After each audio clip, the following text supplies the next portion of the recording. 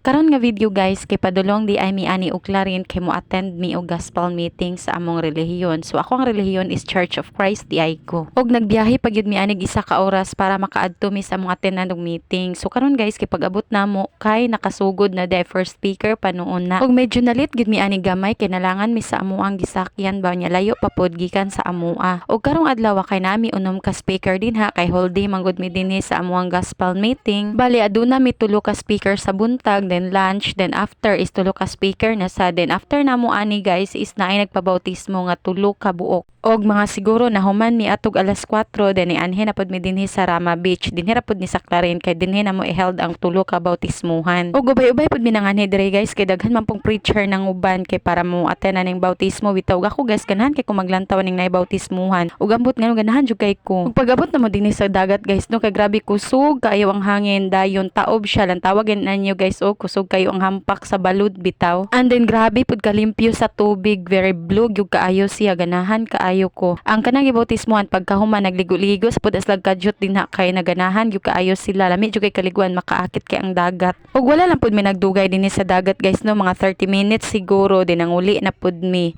Then pwede na mong pangatawan na gisakyan guys kay among buhok in town gigrabe gi hampas-hampas gyud sa hangin sa kakusog kay kusog kay nagpadagan na among gisakyan ba. Og kaniya mong pagkauliha guys kay gihatod na pud mi padung sa amuha kay libre mihatod pauli didto sa Tanggob dayon sa pagpagikan na namo ang nanakayan mi nagpakyaw mi so pauli kay gihatod na mi.